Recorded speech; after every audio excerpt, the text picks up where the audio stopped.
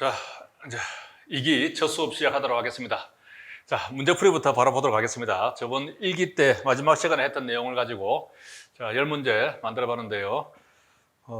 지금 이게 10번 문제부터 되어 있네요. 잠깐만요. 자, 1번 탐문수사 시 질문의 방식에 대한 설명으로 잘못된 것은 전체법은 언제 어디 무엇 등 의문사를 수반하는 질문으로 암시 유도에 염려가 없다. 자, 전체법은 무엇에 대해서 아시는 것은 없나요? 이렇게 막연하게 묻는 것이죠.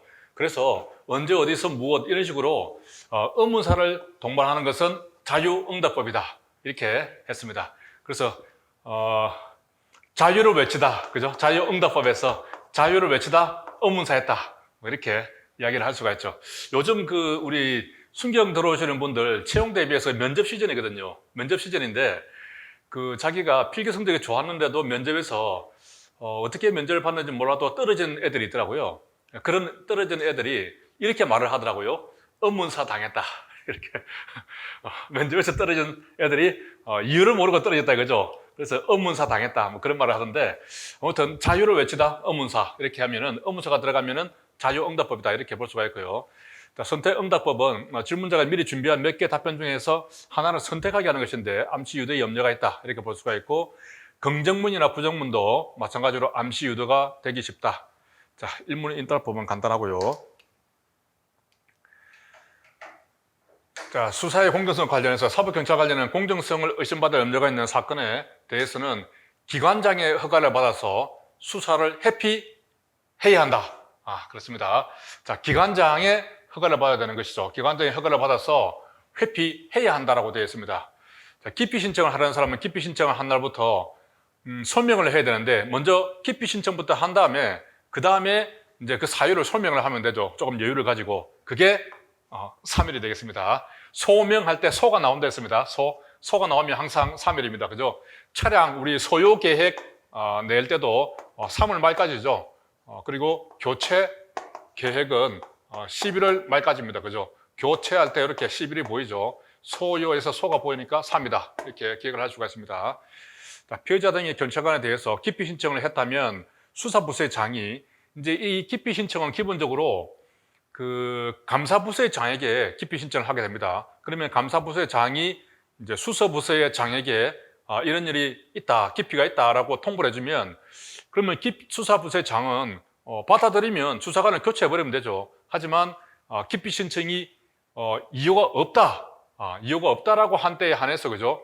그러면은 이제 7일 내로 감사부서의 장이 공동수사위원회를 개최해서 기피 신청 수수용 여부를 결정하게 되겠습니다. 그래서 수사부서의 장이 그 기피 신청이 그러니까 이유가 있다라고 인정하지 아니한 때, 말이 어렵네요, 그죠? 이유가 있다라고 인정하지 아니한 때, 그러니까 이유가 없다, 이유가 없이 기피 신청한다, 이런 때 한해서 이제 7일 내로 하게 되어 있죠. 처음에 소명은 3일 내로 하게 되어 있고, 그 다음에 7일 내로 위원회를 열어서 수용 여부를 결정하도록 되어 있습니다. 이때 이제 보면은 여기는 지금 나와 있잖아요. 여기 이제 공정수사위원회는 5인 이내로 5인 공정수사위원회, 그렇죠? 공정수사위원회는 이 감사부서 장에다가 수사부서에 있는 사람 2명하고 또 감사부서에 기타 다른 부서에 있는 사람하고 이렇게 해서 합해가지고 5명이 회의를 하도록 그렇게 되어 있는 걸 제가 기억을 하고 있습니다. 여기서는 이제 자세하게 거기까지는 안 나오니까요. 자, 사법경찰관은 피의자와 고소인 등에게 수사 결과를 통지하는 경우에는 사건을 송치하거나 계속 사건 기록을 송부한 날부터 이때는 7일 이내로 통보를 해주게 되어 있죠.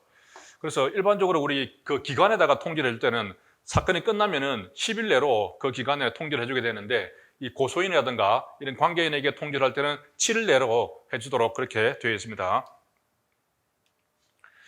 자, 공조자료 관리 규칙에 대한 설명을 옳지 않은 것은 수법 번제는 동일한 수법 번제의 발생 여부, 그리고 근거 피의자의 여죄 조회에 활용한다.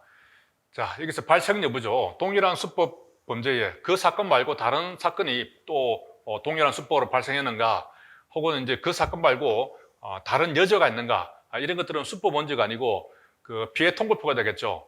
그래서 이제 피해 통보표 같으면은 피해 통보표죠. 피해 통보표가 기본적으로 활용될 수 있는 부분은 작물수배, 그죠? 작물을 수배를 할 수가 있습니다. 이 통보표에 입력을 하면 작물수배로 간주가 되는 것이죠. 그리고 기타 다른 범죄가 가통일수법이 발생했는지 여부, 그리고 여죄, 그 사건 말고 현재 검거된 사건 말고 다른 여죄, 조회 등을 할 수가 있습니다. 그래서 장반려라고 했죠. 장반려. 밤에 장반려를 보면 피해!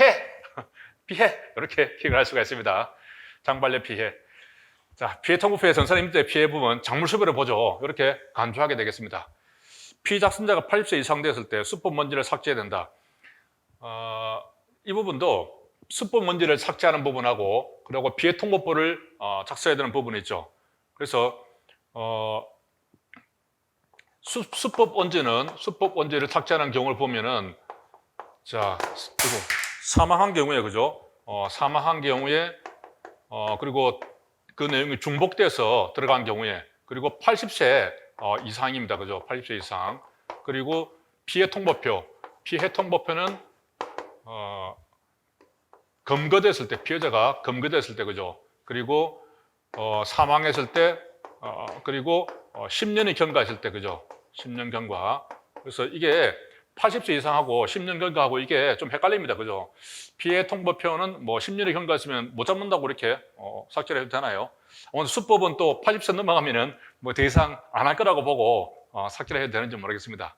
아무튼 그래서 이게 좀 헷갈려요. 그래서 그래서 두 문자를 딴다면 수사중 AT죠. 수사중에 피검사 10번 하고 삭제한다. 이렇게 좀 기억을 할 수가 있고, 아무튼 이 수법은 80세 넘어가면은 뭐 더 이상 동일 범죄 안 할 거다 이렇게 보고, 피해 통보표도 10년 넘어가면 못 잡는다 이렇게 생각하는 것 같은데, 아무튼 이게 좀 헷갈립니다. 시간이 지나면. 수사 중에 AT죠. 수사 중에 피검사 10번 하고 삭제한다. 이렇게 좀 기억을 할 수가 있겠습니다.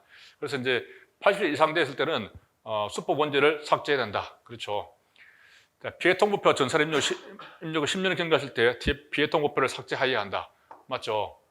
그래서 요 장반려 피해죠. 수법 원지가 아니라 피해 통보표가 되겠습니다. 이게 이제 수법 원지는 기본적으로 검거해서 구속할 때 만드는 것이고, 피해 통보표는 발생했을 때 만드는 것이죠. 그렇기 때문에 이게 이제 뭐 검거 피해자, 여죄 조회 이렇게 검거 이런 말이 나오기 때문에 이게 이제 수법 원지가 아닌가 이렇게 착각을 할 수도 있습니다. 그래서 장반려 피해 이렇게 좀 기억을 하면 덜 헷갈립니다.